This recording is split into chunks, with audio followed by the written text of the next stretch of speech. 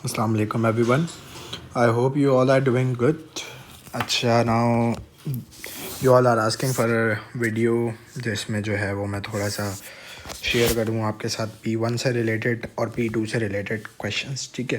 तो P1 से related mathematics में क्या क्या चीज़ें आती है, हमारे सिलेबस में क्या क्या चीज़ें हैं, उनसे रिलेटेड ही हम अभी बात करेंगे।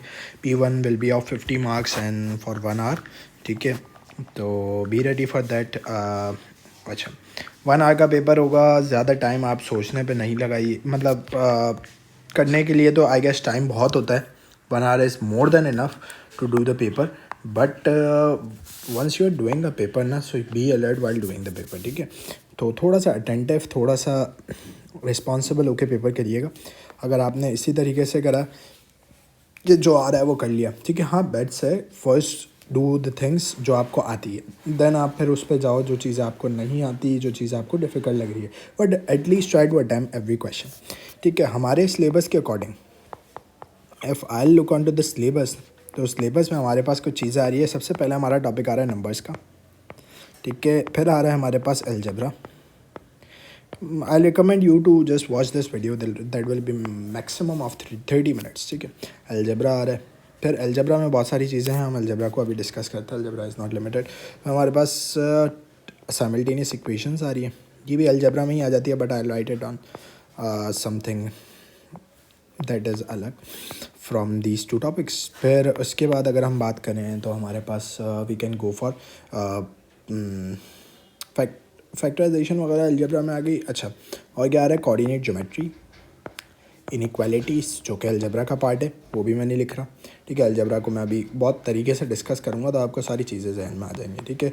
सैम्पल जो क्वेश्चंस करा रहा हूँ ना, वो ज़रूर देखिएगा, क्योंकि मैथमेटिक्स में आपको पता है format is same, method is same, but the numbers change. मैं जो भी क्वेश्चन कराऊंगा उसके सिर्फ नंबर्स चेंज होंगे, ऐसा होगा, बाकी और कुछ नहीं हो सकता, ठीक है। तो नंबर्स चेंज होंगे तो ये नहीं घबरा जाना है कि मसला हो गया, क्या हो गया, ये वो सुकून से करना है, ठीक है। 5 हम प्रोपोर्शन को देते थे, ठीक है, प्रोपोर्शन। अच्छा, अब ये सारे टॉपिक्स P1 में भी आ सकते हैं, P2 में भी आ सकता है। I am not highlighting any topic for P1 and P2, but just I am doing it without the calculator, and then in P2 I will be doing it with the calculator, ठीक है। And you guys have the same choice, non calculator based question, non calculator है, तो हमने भी देखना है कि non calculator में क्या क्या चीज़ें आ सकती है, ठीक है। सब आ सकता है, साइमल्टेनियसली भी नॉन कैलकुलेटर में आ सकती है। तो फर्स्ट ऑफ ऑल डिस्कस करते हैं नंबर्स से। नंबर्स में आपके पास मैं रैशनल इरेशनल का कॉन्सेप्ट बहुत अच्छे तरीके से डिस्कस कर चुका हूँ क्लासेस में, दोनों क्लासेस में कर चुका हूँ, ठीक है। रैशनल नंबर कौन से, इरेशनल नंबर कौन से, क्लासिफिकेशन आती है, आप अपने प्रीवियस नोट्स को देखो, आपको सारी चीज़ें पता चल जाएगी। P1 में इसका नंबर्स से आपको सवाल आ सकता है, नंबर्स से आपके पास सवाल आ सकता है फ्रैक्शन को मल्टीप्लिकेशन, डिवीजन, एडिशन, सब्ट्रैक्शन, और फ्रैक्शंस की, होल नंबर्स की, और मल्टीप्लिकेशन और डेसिमल्स, ये तीनों की आ सकती है, और इंटीजर्स की भी आ सकती है। For example, first of all integers की मल्टीप्लिकेशन, एडिशन, सब्ट्रैक्शन की बात करें तो उसकी हम कुछ एग्जांपल्स कर लेते हैं। फॉर एग्जांपल हम यहाँ पर सबकी एडिशन, सब्ट्रैक्शन और मल्टीप्लिकेशन एंड डिवीजन, सारी चीज़ों की बात करेंगे, तीनों की। इंटीजर्स की अभी हम बात करें, फिर हम आगे जाके उसकी बात करेंगे अपना डेसिमल्स की, फिर उसके अलावा हम फ्रैक्शंस और होल नंबर्स दोनों की। इंटीजर्स की बात करें तो वो आ सकता है, हो सकता है आपके पास 4 + 3 multiply by 2 minus 4 divided by 2। तो इस तरीके से आपके पास सवाल आ सकता है। आपने सबसे पहले क्या करना है, सबसे पहले सर हमारा गोल होगा बेड मास रूल अप्लाई करना है। बेड मास रूल अप्लाई करना है, तो बेड मास रूल के अकॉर्डिंग हमें क्या करना है कि ज़रूरत है, हमें सबसे पहले ब्रैकेट सॉल्व करेंगे, तो ये हो जाएगा +4, ठीक है, और डिवाइड बाई 2 मल्टीप्लाई, ठीक है, according to BEDMAS. Bracket सबसे पहले सॉल्व करने, देन डिवीजन करनी होती है। बेड मास आपके पास में यहाँ लिख भी देता हूँ, हर जगह यही होगा, ठीक है। बेड मास है तो ब्रैकेट पहले सॉल्व करने, फिर इंडाइसिस है नहीं, डिवीजन है। 4 डिवाइड बाई 2 क्या होता है, हमारे पास 2 होता है, ठीक है। अब हम देखेंगे इसके बाद क्या आ रहा है हमारे पास, सर ब्रैकेट्स हो गए, इंडाइसिस है नहीं, डिवीजन हो गई, मल्टीप्लिकेशन, 3 2 ज़ा 6। बाकी नंबर्स को एज ए टेस्ट, बाकियों को सॉल्व ही नहीं करो कि प्लस कर दिया माइनस। बहुत से हमारे बच्चों की ये गलती है कि क्या करते हैं, सबसे पहले प्लस माइनस पे कूद जाएंगे, प्लस माइनस कर देंगे, आसान है ना, प्लस माइनस कर देंगे, 4 + 3 7 लिख देंगे सबसे पहले। नहीं भाई नहीं, जल्दबाजी नहीं हो, बेड मास लिख के फिर उसके अकॉर्डिंग चलो। फिर एडिशन कर लो। एडिशन क्या है, एडिशन सब्ट्रैक्शन तो है नहीं, तो 4 + 6 10 और 10 + 2 12, तो the final answer will be 12, ठीक है। अगर मुझसे कोई वीडियो में गलती हो जाए तो फिर भी माजरत, ठीक है, मैं भी जल्दी में ही कर रहा हूँ। तो अगर कोई गलती हो तो उसको आप सेपरेट कर सकते हो, बट कॉन्सेप्ट में इंशाल्लाह कोई गलती नहीं होगी। बट अगर कोई छोटी मोटी गलती हो जाए माइनस प्लस की, साइन वाइन की, तो फिर कोई प्रॉब्लम नहीं, ठीक है। आप लोग उसको एडजस्ट कर लेना। अब आप लोग इतने बड़े हो चुके हो। इंटीजर्स की बात हो गई। सर इंटीजर्स के अलावा हमारे पास किसकी मल्टी आ सकती है? हमारे पास डेसिमल्स की आ सकती है, ठीक है। डेसिमल्स की चारों चीज़ें करके दिखा देता हूँ मैं। एडिशन अलग, मल्टीप्लिकेशन अलग, सब्ट्रैक्शन अलग और डिवीजन अलग। सबसे पहले डेसिमल्स की एडिशन की बात करें तो एडिशन फॉर एग्जांपल 0.4 और 0.08 लिखा हुआ है। तो एडिशन तो सबसे आसान ही है, आप जो है वो अपने डेसिमल्स को लिखो और पॉइंट के नीचे पॉइंट लिख के आप जो है वो ऐड कर दो, ठीक है। यहाँ पर कुछ नहीं हो तो 0, 8 + 0 8, 0 + 4 4, पॉइंट के नीचे और 0, तो 0.48 will be your answer. Easy PC. Minus करना हो, माइनस में भी सेम चीज़ है, 0.6 - 0.03। तो आप क्या करोगे, 0.6 लिखोगे 0 और 0.03, ठीक है। 0 में से 3 जा नहीं सकते तो हम इसमें से कैरी लेंगे। 10 में से 3 गए 7 बचा, 5 में से 0 गए 5 बचा, 0.57 will be the final answer. Okay हो गया। एडिशन सब्ट्रैक्शन इस तरीके से होगी, विदाउट कैलकुलेटर बता रहा हूँ, फिर वहाँ कैलकुलेटर अलाउ नहीं होगा तो फिर फंसना नहीं। थर्ड, मल्टीप्लिकेशन की बात करें, 0.08 मल्टीप्लाई बाय 0.2। तो 0.08 को मल्टीप्लाई करें 0.02 से, इसमें कितनी डेसिमल प्लेसेस है? 3। इसमें कितनी है? 1। दोनों को प्लस करके आंसर में कितनी पीछे करेंगे? 4। अब डेसिमल्स हटा के सिर्फ नंबर्स को मल्टीप्लाई करो, 8 मल्टीप्लाई बाय 2, 16 आ गया। अब 16 में कहीं पॉइंट नहीं है तो 16 में आखिरी में पॉइंट होगा। आखिरी में पॉइंट कहीं भी पॉइंट नहीं होता तो हम अज्यूम करते हैं आखिरी में पॉइंट है। अब ये कितनी डेसिमल प्लेसेस पीछे जाना है? 4, तो 4 बार पीछे, 1 2 3 4, तो 0.0016। So the final answer will be 0.0016, ठीक है। सो इसको एक बार दोबारा रिवाइंड करना, दोबारा से देखना, क्योंकि ये मल्टीप्लिकेशन एडिशन और सब्ट्रैक्शन से डिफरेंट होती है, सही। अब डिवीजन की बात कर लेते हैं। फॉर एग्जांपल सर लिखा हुआ है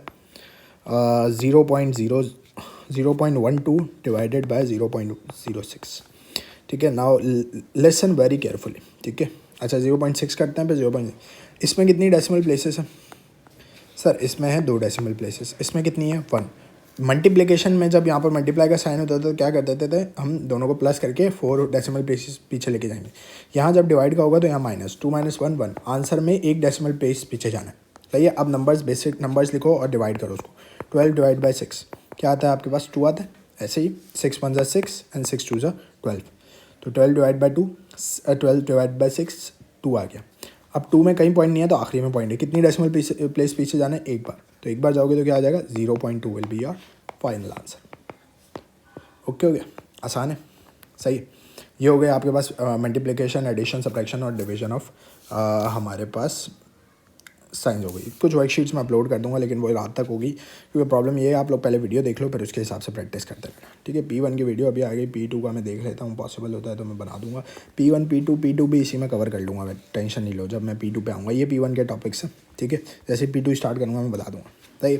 अब अगर हम बात करें ये हो गई हमारे पास फ्रैक्शन, मल्टीप्लिकेशन, फिर फ्रैक्शन पे आ जाते हैं। फ्रैक्शन और होल नंबर्स को एक साथ ही मैं मतलब कवर करने की कोशिश करता हूँ, क्योंकि वीडियो ज़्यादा लंबी हो जाएगी, फिर देखने में मज़ा नहीं है। तो इसका मैं एक मल्टीप्लिकेशन और एक डिवीजन का सवाल करा देता हूँ और एक एडिशन सब्ट्रैक्शन का। फॉर एग्जांपल 7 होल 1/2 लिखा हुआ है, डिवाइडेड बाय, मल्टीप्लिकेशन का नहीं करा और उसका करा रहा हूँ, डिवीजन का करा देता हूँ और माइनस का करा देता हूँ, ठीक है।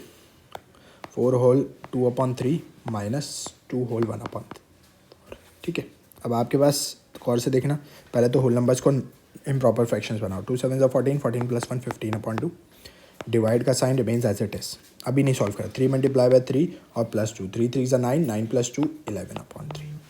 डिनोमिनेटर हमेशा वही आता है जो आपके पास यहाँ लिखा हुआ होता है। न्यूमिनेटर आप डिसाइड करते हो मल्टीप्लाई करके प्लस करके, मल्टीप्लाई करके प्लस करके, सही। अब डिवाइड के साइन को आप मल्टीप्लाई के साइन से रिप्लेस करोगे, दैट विल बिकम मल्टीप्लाई का sign and that will be 3 divide multiply by. तो ये जो है वो रेसिप्रोकल होगा, सिर्फ ये रेसिप्रोकल होगा। होशियार बन के इसको भी रेसिप्रोकल करने की कोशिश मत करना, ठीक है। मिस्टेक्स हाईलाइट इसलिए कर रहा हूँ क्योंकि ये मिस्टेक्स होंगी, मुझे पता है पेपर में। तो 15 डिवाइड बाई 2।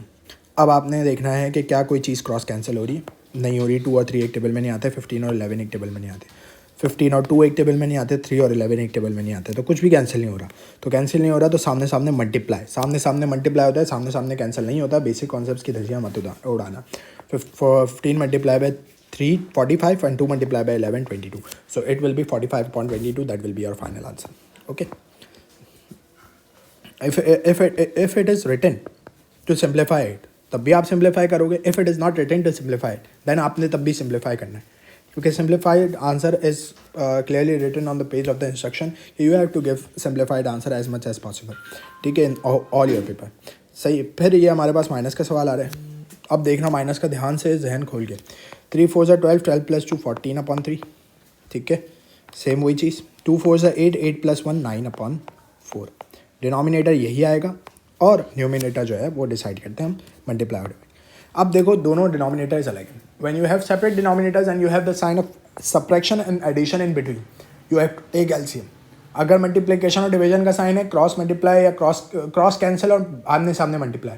अगर आपके पास प्लस और माइनस का सवाल है तो फिर आप क्या करोगे, एलसीएम लोगे. 3 और 4 का एलसीएम लेंगे, व्हाट विल बी 12. ठीक है, कैसे पता चला सर? 3 और 4 का यहाँ पर एलसीएम ले लेंगे. 3 1 3 एंड 4 1 4. ठीक है, नाउ 3 4 एंड 14 4. तो अब सर ये पेपर 1 है, 14 को 4 से मल्टीप्लाई करना पड़ेगा. 4 4 16, 4 1 4 और 4 + 2 6, तो 66 आ जाएगा. ठीक है, 4 1 4 एंड 4 + 2. ठीक है, 4 4 16. एक्सेलेंट. 56 आ जाएगा, नॉट 66. Okay, thank you. 56 आ जाएगा. ओके. ठीक है, इसके बाद हमने 4 को 3 से करा है, तो 9 3 से क्या होता है सर? 9 3 से तो अब आपको पता ही होगा 27 होता है. ठीक है, 56 - 27 करेंगे हम बेसिक तरीके से. मैं इसलिए करके दिखा रहा हूँ, डायरेक्ट आंसर इसलिए नहीं लिख रहा क्योंकि पेपर में मैं नहीं हूँगा, पेपर में आप लोग खुद बैठे हुए होंगे. तो 16 - 7 करो. 16 - 7 कितना आता है सर? 9.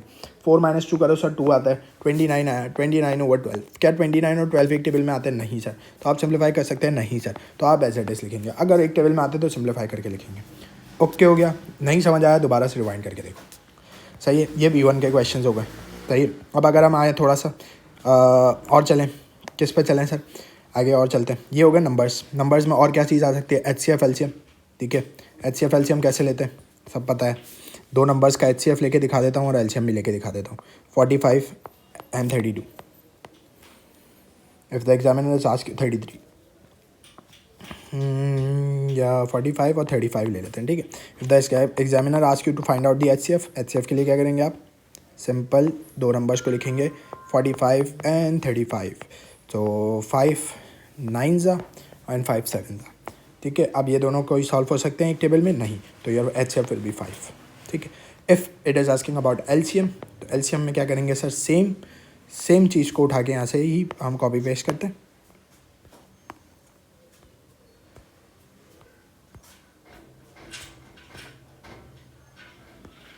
ठीक है, अच्छा LCM के लिए क्या करेंगे आप? इसको और सिंप्लीफाई करेंगे. 3 3s 9, 3 1s 3 एंड 7 1s 7. ठीक है, तो आपके पास 5 3s 15. अब ये सारे नंबर्स को लिख के मल्टीप्लाई करके आंसर देना. मेरे ऊपर मैं छोड़ देना कि मैं आंसर लिखूंगा. मैं मार्क्स नहीं दूंगा अगर किसी ने मल्टीप्लाई करके आंसर नहीं लिखा तो. 5 3s 15, 15 3s.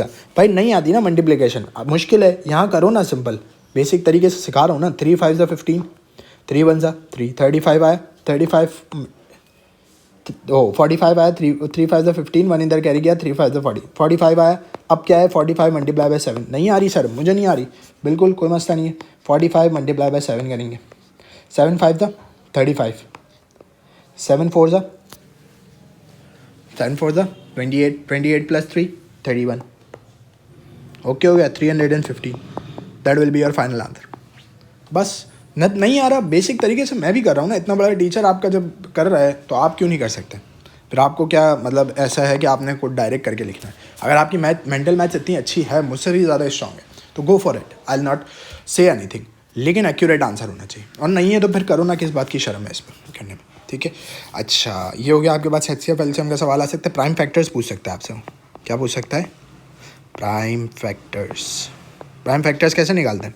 कोई भी नंबर दे देगा, फॉर एग्जांपल 45 दे देता है, तो 45 के प्राइम फैक्टर्स पहले तो प्राइम नंबर से करना स्टार्ट करूँगा. 3 के टेबल में आता है 15 पे, फिर 3 के टेबल में 5 आता है, फिर 5 के टेबल में 1 आता है. क्या प्राइम नंबर्स हो गए? 3 × 3 × 5. बस 3 का स्क्वायर × 5. इसको मल्टीप्लाई करके आंसर निकालोगे तो वापस 45 ही आएगा. हम प्राइम फैक्टर्स में आंसर नहीं निकालते, हम इस तरीके से छोड़ते हैं. बस that will be our final answer. अभी इतना छोटा नहीं देगा, वो बड़ा नंबर देगा, तो बड़ा नंबर देगा तो बड़े नंबर को बड़े नंबर की तरीके से सॉल्व करें. इसके अलावा प्राइम फैक्टर्स हो गया, HCF LCM हो गया. और क्या आता है, और इस पर कुछ बेसिक सवाल आ सकते हैं, प्राइम नंबर्स पूछ सकता है आपसे पेपर 1 में। प्राइम नंबर्स आपको पता होने चाहिए जो सिर्फ अपने टेबल में आते हैं, किसी और के टेबल में नहीं आते। इवन नंबर, ऑड नंबर की कहानी पूछ सकता है आपसे। वो जो बेसिक मैंने प्रॉब्लम्स कराई थी स्टार्टिंग, अपना रजिस्टर खोलेंगे, स्टार्टिंग में जो मैंने बेसिक वर्ड प्रॉब्लम्स कराई थी वो करो। जो मैंने सिग्निफिकेंट फिगर्स के क्वेश्चन भेजे थे, हाँ सिग्निफिकेंट फिगर से याद आया कि एस्टिमेशन का सवाल आ जाता है कभी कभार। एस्टिमेशन का सवाल कैसा आता है, मैंने आई गेस क्लास में भी कराया था। 7.31 multiply by 2.4 multiply by under root 99.28 divided by 2.48 का स्क्वायर। सही। अब देखो पेपर 1 में ना इतना मुश्किल कर ही नहीं सकते, वो लिखा हुआ होगा करेक्ट एस्टिमेट। देखना आंसर क्वेश्चन में कहीं ना कहीं एस्टिमेट का वर्ड लिखा हुआ होगा या एस्टिमेशन का वर्ड लिखा हुआ होगा, और उससे कहा हुआ भी होगा एस्टिमेट किस पे करो, correct to one significant figure. तो बहुत से हमारे जो शाहकार और जो हमारे इंटेलिजेंट स्टूडेंट्स हैं ना, वो क्या करते हैं, वो पहले आंसर कैलकुलेट करते हैं अपनी पूरी जान लगाने के बाद, और जो आंसर आता है उसको वन सिग्निफिकेंट फिगर में लिख देते हैं। नहीं, उसने कहा है correct to one significant figure, use your estimation to find out the answer. तो एस्टिमेशन यूज़ करनी है और करेक्ट टू वन सिग्निफिकेंट, तो पहले ही चेंज कर लो, क्वेश्चन को ही चेंज कर लो वन सिग्निफिकेंट फिगर में। 7.31 दिया हुआ है, 7.31 का एस्टिमेशन में क्या हो जाएगा 7। वन सिग्निफिकेंट फिगर तो एक होना चाहिए, बाकी जीरोज हो या आगे पीछे कुछ भी ना हो, ठीक है। तो 99 को क्या लिख सकता हूँ सर, 99 100 के करीब है, 100 लिख दूँ तो 100 में तो सर 2 जीरोज आ रहे हैं, तो 2 जीरोज बाद में आ रहे हैं ना, तो हम वन सिग्निफिकेंट फिगर क्या होगा 1, ठीक है। फिर इसके बाद क्या रहा है सर 2.48 को किस में चेंज करूँ, 2.5 में, नहीं सर 2 हो जाएंगे, तो किस में चेंज करूँ, 2 में ही चेंज कर दे सर वन सिग्निफिकेंट फिगर में। तो 7 मल्टीप्लाई बाई अंडर रूट 100 क्या होता है 10, और डिवाइडेड बाई 2 का स्क्वायर क्या होता है 4, ठीक है। 7 10 70 और 4। अब इसको सॉल्व करेंगे 35.2 और 17.5 will be the final answer आएगा, ठीक है। अगर 35.2 में रखोगे तो भी कोई गलत नहीं करेगा, सही आंसर। ओके, पेपर 1 है, पेपर 2 होता तो 17.5 will be the correct answer, सही है। इसके अलावा क्या आ सकता है, इसके अलावा साइमल्टेनियस इक्वेशंस। अपना एक मेथड बना लो भाई, मैं साइमल्टेनियस सब्स्टिट्यूशन से करा रहा हूँ, आपको एलिमिनेशन आती है, आप एलिमिनेशन से कर लो। चलो एलिमिनेशन से भी करा देता हूँ। Let suppose the question is written 3x minus 2y is equals to 15 और 2x plus 3y is equals to 16। नहीं, इसको हम कर देते हैं 4x plus 3y equals to 16, ठीक है। अब now if you are doing it with the substitution ना, इट्स अ कॉम्प्लेक्स क्वेश्चन, ठीक है। पेपर 1 में आपके पास, अभी मैंने क्वेश्चन खुद से बनाया, अब ये पेपर 1 में भी आ सकता है, पेपर 2 में भी आ सकता है। यहाँ लिख रहा हूँ मैं पेपर 1 एंड पेपर 2 बोथ, सही है। वो सारे जो ऊपर क्वेश्चन कराए वो पेपर 1 के थे, अब पेपर 1 पेपर 2 दोनों में आ सकता है। अब मुझे नहीं पता किस में आ रहा है, तो मैं कोई हिंट नहीं दे रहा कि किस में आ रहा है, तो ये आपकी प्रैक्टिस पर डिपेंड करता है आप कैसे करते हो। एलिमिनेशन में भी सेम इक्वेशन लिख रहा हूँ, दोनों को एक एक मेथड से करा देता हूँ ताकि सारा ओवरऑल रिवाइज हो जाए। ओके हो गया, अच्छा, कॉपी एंड पेस्ट, ओके हो गया, ठीक है। चलो पहले एलिमिनेशन से करते हैं, सब्स्टिट्यूशन से करते हैं। सब्स्टिट्यूशन में क्या बताया, इसको मार्क करो 1, इसको मार्क करो 2, कोई भी एक उठाओ, उससे सब्जेक्ट बनाओ। मैं ये वाली उठा रहा हूँ सर, पहली वाली। किसको सब्जेक्ट बनाऊँ सर, मैं सर इसमें से बना रहा हूँ x को subject, okay, it depends upon you. x को सब्जेक्ट 15, 2y उधर जाके क्या हो जाएगा plus 2y, 15 plus 2y is equals to 3x, x equals to 15 plus 2y, 3 उधर मल्टीप्लाई हो रहा था, इधर आके डिवाइड हो गया। अब ये सब मुझसे नहीं पूछना, ये सब चीज़ें मैं क्लास में करा चुका हूँ कि कैसे मैंने ये सब्जेक्ट बनाया। जस्ट सी द थिंग्स, मैं just see recap video, it's a revision, not a whole completion of syllabus, it's a revision. तो रिविजन को आप रिविजन की तरह लें तो ज़्यादा बेहतर, ठीक है। Now what I am required to do, sir अब जो है वो आपने इक्वेशन नंबर 3 बना ली। अब put x equals to 15 plus 2y, इसको किससे बनाया, 1 से बनाया ना, जो बच गई उसमें, बच कौन सी गई 1 से बनाया, तो दूसरी बच गई, दूसरी में पुट कर दो। 4 x की जगह ये रहा x की जगह ये रहा x की जगह ये पूरा पुट कर दो। 15 plus 2y is equals upon 3। अच्छा, अब जो है ना वो गौर से देखना ज़रा, सारे बच्चे थोड़ी देर के लिए वीडियो को ज़रा गौर से देखें, अपने सेंसेस को एक्टिव करें। बच्चे क्या करते हैं, 4 मल्टीप्लाई बाय 3 12, क्या हो गया, ऐसा कभी मैंने सिखाया कि क्रॉस में मल्टीप्लाई हो सकता है। अगर ये 4 और यहाँ भी 4 होता तो ये कैंसिल हो जाता, लेकिन अगर यहाँ पर 3 है तो ये दोनों ना मल्टीप्लाई हो सकते हैं ना कैंसिल। तो आप किससे मल्टीप्लाई करेंगे 4 को 15 और 4 को 2 से, तो 4 15 क्या होगा, 4 15 60 और 4 2 8 डिवाइडेड किससे होगा 3 से। ओके हो गया। फिर +3y। अच्छा नेक्स्ट मिस्टेक अपने बच्चों की बताता हूँ मैं। भाई आपके ऊपर डिपेंड करता है, आप अगर एलसीएम लेना चाह रहे हो लो, नहीं लेना चाह रहे हो तो आप 3 को डायरेक्ट नहीं भेज सकते। एक बात याद रखो, 3 अभी अपनी जगह पे ही रहेगा। इस 3y को पहले हटाओ, फिर जाके वो 3 उधर मल्टीप्लाई होगा। तो ये 3y प्लस हो रहा है, उधर जाके क्या हो जाएगा -3y। ये क्या हो जाएगा 60 + 8y/3। क्या अब यहाँ पर एक ही नंबर है, एक ही फ्रैक्शन है और एक यहाँ पर, तो अब भेजो, अब मल्टीप्लाई कर सकते हो आप बिल्कुल। तो 3 उधर जाके क्या हो जाएगा मल्टीप्लाई, 3 मल्टीप्लाई बाय 16 - 3, 60 + 8y, 3 16 सा फाइंड करेंगे, 16 3 सा। मुझे पता है क्या होगा, लेकिन आप लोग फाइंड आउट करेंगे। 3 6 सा 18, 3 3 1 3 और 4 48। ठीक है, 3 3 सा 9, 60 + 8y। सही है। लाइक टर्म्स को सॉल्व करना है। 9y को उधर भेज देता हूँ और 60 को इधर भेज देता हूँ। तो 8y + 9y, 48 - 60। तो 48 - 60 is -12. 8 + 9 is what? 8 + 9 is 17. Okay, 17y.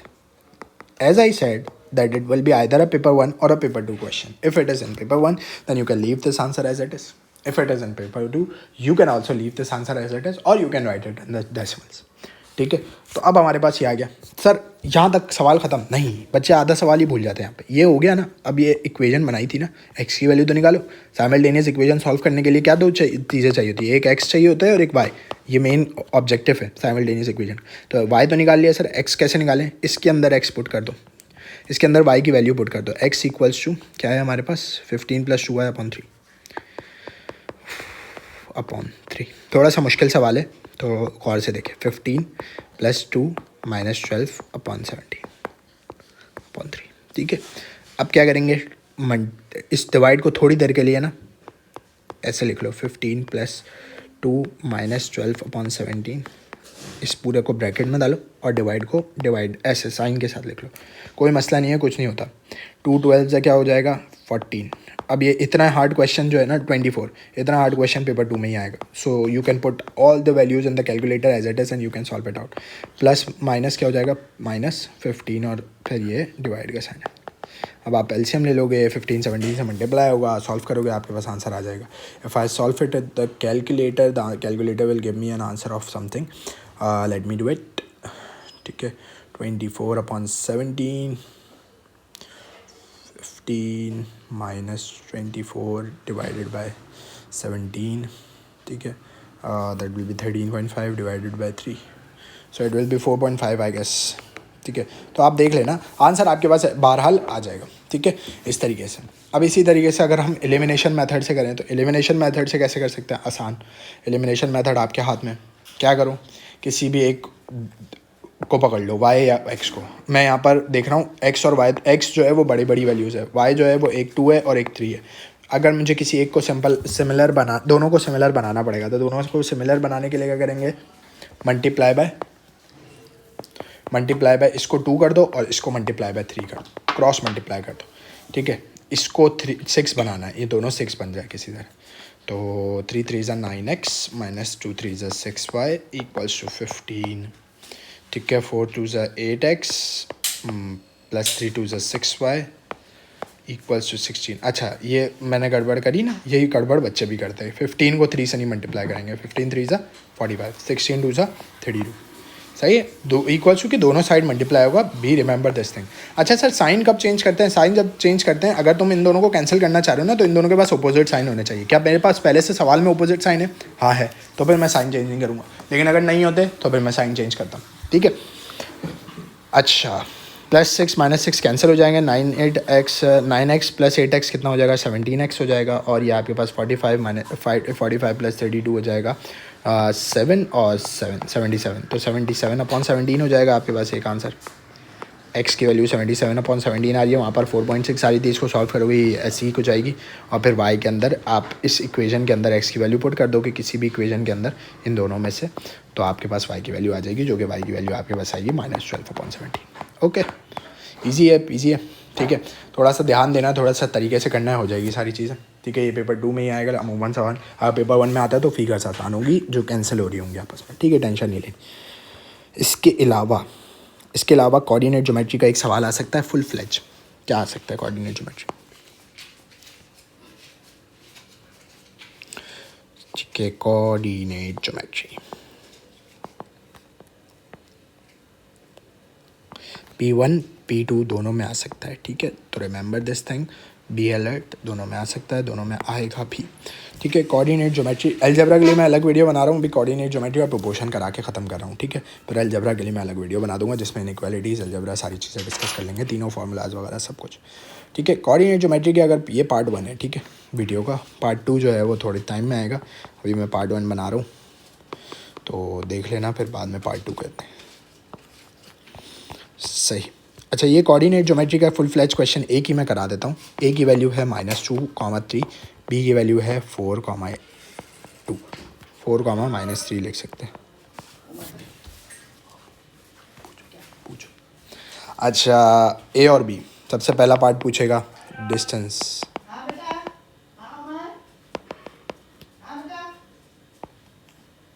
Distance के लिए आपके पास एक कंप्लीट फॉर्मूला है, x2 - x1 square plus y2 - y1 whole square, सही है। तो अब आप क्या करोगे, अब आप जो है वो इसको सॉल्व आउट करोगे। x2 क्या है आपके पास, -3, x2 देखो, x2 x1 ऐसे मार्क कर लिया करो, x1 x2 x1 y1, ठीक है, x2 y2 ऐसे मार्क कर लिया करो, आसानी। तो x2 क्या है आपके पास 4 -2 प्लस -3 -3, ठीक है, माइनस माइनस क्या हो जाएगा प्लस, 4 + 2 क्या हो जाएगा 6 का whole square, plus minus minus क्या हो जाएगा -6 का होल स्क्वायर, तो ये क्या हो जाएगा 36, और माइनस का 6 का स्क्वायर भी 36 ही आता है, तो 36 + 36 क्या हो जाएगा आपके पास 72, तो √72 will be your final answer for the distance, ठीक है। तो अब आपके पास डिस्टेंस का फॉर्मूला आ गया। डिस्टेंस कह सकता है, लेंथ भी कह सकता है भाई, बहुत से बच्चे कंफ्यूज हो जाते हैं लेंथ में क्या है, लेंथ भी वही चीज़ है। सेकंड वो क्या पूछ सकता है, midpoint of A B, distance of A B, length of A B एक ही बात है, वैसे ही midpoint of A B एक ही बात है। मिड पॉइंट क्या है, मिड पॉइंट का फॉर्मूला याद होना चाहिए x1 + x2, y1 + y2/2, ठीक है। तो x1 x2 आपने मार्क करे हुए, -2 x1 है और y1 क्या है 4 है, x2 क्या है 4 है, ठीक है। इसी तरीके से y1 क्या है आपके पास 3 और y2 क्या है -3, 3 -3, ठीक है। तो अब आप यहाँ गौर से देखो, -2 + 4 क्या हो जाएगा 2/2, ठीक है, और 3 - 3 0/2, तो आपके पास एक क्या आ गया 1 और एक क्या आ गया 0, सही है। ये मिड पॉइंट आ गया। तीसरा वो क्या पूछ सकता है, तीसरा आपसे पूछ सकता है calculate the gradient, calculate the gradient of A B, ठीक है। अब ए बी का ग्रेडियंट कह रहा है, तो ए बी के ग्रेडियंट के लिए y2 - y1 upon x2 - x1 वाला फार्मूला लगेगा। फार्मूलाज ये याद होने चाहिए वरना पेपर नहीं होगा, ठीक है। x2 - x1 plus y2 - y1 upon x2 - x1, y2 क्या है आपके पास -3 और y1 भी क्या है +3 है, तो +3 एज इट इज़, और x2 क्या है आपके पास, x2 ये रहा 4 और x1 क्या है -2, 4 और -2, ठीक है। तो -3 - 3 -6 हो जाएगा, 4 - 2 माइनस क्या हो जाएगा +4 + 2 8, 2 3 6 और 2 4 8, तो -3/4 हो गया ग्रेडियंट ऑफ ए बी। अब अगर वो बोलता है, गौर से सुनना, थोड़ा सा गौर से सुनना, इसी में एक सारी चीज़ें करा रहा हूँ, ठीक है, फिर बाद में मैं नहीं कराऊँगा। मैं ये कह रहा हूँ कि अगर वो कहता है find the gradient of the parallel line to A B, अगर ए बी से पैरेलल लाइन का ग्रेडियंट मांगता है, तो एक बात याद रखो, ए बी के पैरेलल कोई भी लाइन हो, ए बी के पैरेलल कोई भी लाइन हो, उसका ग्रेडियंट और ए बी का ग्रेडियंट सेम होता है। तो ए बी का ग्रेडियंट क्या है -3/4, तो अगर फॉर एग्जांपल वो कह रहा है पैरेलल लाइन सी डी है, तो पैरेलल लाइन सी डी का भी ग्रेडियंट क्या होगा, पैरेलल लाइन का भी ग्रेडियंट क्या होगा आपके पास, ए -3/4 ही होगा। पैरेलल का हमेशा सेम होता है। सिमिलरली एक और बात क्या हो सकता है, दूसरी चीज़ वो पूछ सकता है find the gradient of the perpendicular line. कौन सी लाइन, परपेंडिकुलर लाइन, सही है, perpendicular line to A B. अब ए बी के परपेंडिकुलर लाइन का पूछा है, तो ए बी की लाइन का ग्रेडियंट क्या है, -3/4। तो परपेंडिकुलर लाइन का ग्रेडियंट क्या होगा, इसका नेगेटिव रेसिप्रोकल होगा। क्या होगा, नेगेटिव रेसिप्रोकल। अब ये नेगेटिव रेसिप्रोकल का मतलब क्या है कि सर ये जो अगर -3/4 लिखा हुआ है ना, तो माइनस बन जाएगा प्लस, और 3/4 रेसिप्रोकल होकर 4/3 बन जाएगा। तो जो इसकी परपेंडिकुलर लाइन होगी, perpendicular line to A B,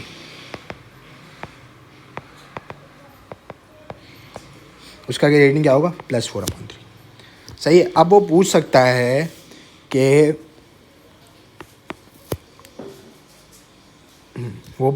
है कि find the equation of line A B. तो ए बी की इक्वेशन बनाने के लिए क्या चाहिए, ए बी में से कोई एक पॉइंट चाहिए। फॉर एग्जांपल हमने ए उठा लिया, ए बी की इक्वेशन बना लेना, तो ए उठा लिया -2,3, और ए बी का क्या चाहिए, ग्रेडियंट चाहिए। बस ये दो चीज़ें चाहिए। तो ग्रेडियंट हम निकाल चुके हैं ऊपर किसी पार्ट में, जो कि है -3/4। तो हम ग्रेडियंट ले लेंगे, तो हम y = mx + c से लाइन की इक्वेशन बनाएंगे। y क्या है आपके पास, y सर 3 दिया हुआ है, m क्या दिया हुआ है सर -3/4, m ग्रेडियंट को कहते हैं, x क्या दिया हुआ है सर -2, और c आपके पास निकालना होगा। तो 2 × 1 = 2, 2 × 2 = 4। अब ये क्या हो गया, माइनस माइनस क्या हो जाएगा, प्लस, तो 3/2 बच गया। सही है। और 3, ये 3 उधर जाके क्या हो जाएगा, माइनस, तो 3 - 3/2 पूरा जाएगा। सही है, 2 को मत छोड़ देना इधर। तो अब एलसीएम ले लो, 2 आ जाएगा, ये 3 × 2 = 6 हो जाएगा, क्योंकि 1 के नीचे कुछ नहीं होता, 3 के नीचे कुछ नहीं होता, 1 होता है। 1 2 जा, तो 3 2 = 6, 6 - 3 क्या आ जाएगा, 3/2। तो ग्रेडियंट क्या आ जाएगा, 3 - 3/2 क्या आ जाएगा आपके पास, 3/2 ही आएगा। सी की वैल्यू आ गई। अब सी की वैल्यू आ गई और एम की वैल्यू आपने पहले से निकाली हुई है। अब आप इक्वेशन लिख दोगे जो कि आपकी रिक्वायरमेंट है। इक्वेशन लिखना मत भूलना, y = -3/4x + 3/2। बस that is your grade equation of what, equation of A B की इक्वेशन।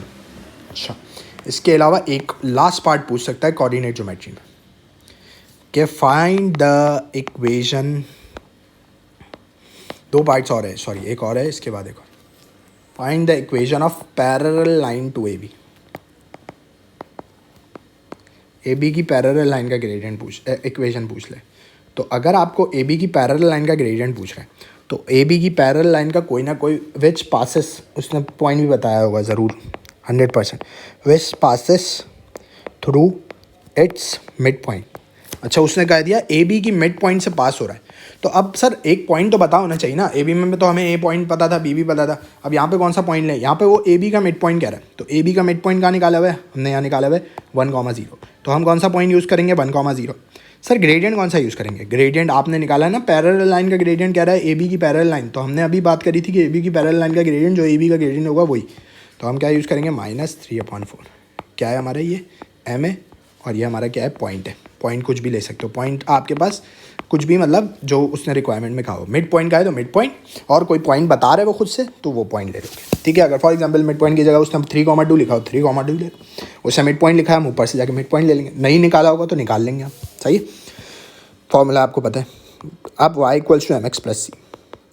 y क्या है, 0, m क्या है -3/4, x क्या है 1, और c क्या है 3 × 1 = 3 हो जाएगा, और 0 है। तो वहाँ ये 3/4 वहाँ जाके 3/4 बन जाएगा, -3/4 वहाँ जाके क्या हो जाएंगे, +3। सी की वैल्यू आ गई, एम की वैल्यू ऑलरेडी गिवन है। आप इक्वेशन लिख दोगे इसकी पैरेलल लाइन की, कि पैरेलल लाइन की ग्रेडियंट इक्वेशन क्या है, 3/4x + 3/4। देखो फ़र्क है इक्वेशन में, ये 3/2 वाली आई है, ये 3/4 वाली आई है। तो हर इक्वेशन अलग अलग होती है, पैरेलल लाइन की अलग होगी, परपेंडिकुलर की अलग होगी, और स्ट्रेट लाइन की अलग होगी। Last but not least, last part है इसका, कि find the equation of line perpendicular to A B. भाई ये कोऑर्डिनेट ज्योमेट्री, अगर ये 6-7 पार्ट जो मैंने कराए ना, इसकी प्रैक्टिस कर ली अच्छे से, तो बस खत्म, फिर तुम्हारे कोऑर्डिनेट ज्योमेट्री तो हो जाएगी, पेपर 1 पेपर 2 दोनों की हो जाएगी। यहाँ मैं लिख देता हूँ पेपर 1 पेपर 2 दोनों के लिए, ठीक है। कोऑर्डिनेट ज्योमेट्री लिखा हुआ है मैंने ऑलरेडी, सही है। अच्छा, अब वो कह रहा है विच पासेस, पॉइंट बताएगा ना भाई, पॉइंट नहीं बताएगा मतलब सवाल गलत है। विच पासेस थ्रू मिड पॉइंट, अब उसने पॉइंट नहीं बताया, मिड पॉइंट बोल दिया, फिर से मिड पॉइंट यूज़ करेंगे। ओके हो गया सर। मिड पॉइंट क्या था 1,0 सर। अगर मिड पॉइंट बता दिया, पॉइंट तो बता दिया, ग्रेडियंट कहाँ से लाऊं? क्या परपेंडिकुलर लाइन का ग्रेडियंट था? परपेंडिकुलर लाइन का ए बी का ग्रेडियंट पता हो? ए बी का ग्रेडियंट क्या है सर? -3/4। तो परपेंडिकुलर लाइन का ग्रेडियंट चेंज करके निकाल सकते हो? बिल्कुल सर। कैसे? परपेंडिकुलर लाइन का ग्रेडियंट हो जाएगा नेगेटिव रेसिप्रोकल, नेगेटिव पॉजिटिव बन जाएगा और 4/3 बन जाएगा, तो ग्रेडियंट क्या हो जाएगा 4/3। अब आप वही इक्वेशन लगाओगे, y = mx + c। y क्या है 0, m क्या है 4/3 और x क्या है 1। तो c की वैल्यू क्या आएगी -4/3, क्योंकि ये 1 मल्टीप्लाई होगा, ये उधर जाके 0 से माइनस होगा तो -4/3। अब c की वैल्यू आ गई, m की वैल्यू ये रही। आप इक्वेशन लिख दोगे किसकी? इक्वेशन परपेंडिकुलर लाइन की। तो इक्वेशन क्या आएगी? y = 4/3x - 4/3। c और m की जगह m और c लिख दी। क्लियर? इसको एक बार रिवाइंड करना और एक बार दोबारा देखना, ठीक है। अभी हम पार्ट 1 को यहाँ तक रखते हैं, फिर पार्ट 2 हम इसके बाद ही स्टार्ट करेंगे। वो मैं रात में डालता हूँ, अभी मैं थोड़ा सा बिजी हूँ। तो पार्ट 1 की प्रैक्टिस करो। इसमें से जो सवाल है पहले तो मेरी वीडियो देख लो, फिर सवाल पिक करके फटाफट करना स्टार्ट कर दो सवाल, ठीक है। मतलब जो मैंने सवाल करा है उसको अपने एंड पे करो, खुद से नए डिज़ाइन करके करो, ठीक है। वर्कशीट्स आपके पास है, ठीक है। तो मैं कुछ सवाल इसलिए इंपॉर्टेंट नहीं बता रहा भाई, देखो कोई भी सवाल आ सकता है, हमें क्या पता क्या आ रहा है। तो दैट्स ग्रेट, मैंने सारी चीज़ों की इसीलिए प्रैक्टिस कराई। अब प्रोपोर्शन रह गया और अलजेब्रा रह गया, वो आज रात में निपटा दूंगा और कुछ सवाल भी दे दूंगा। तो कल संडे, कल प्रैक्टिस कर लेना। Okay, till then see you everyone, अल्लाह हाफ़िज़।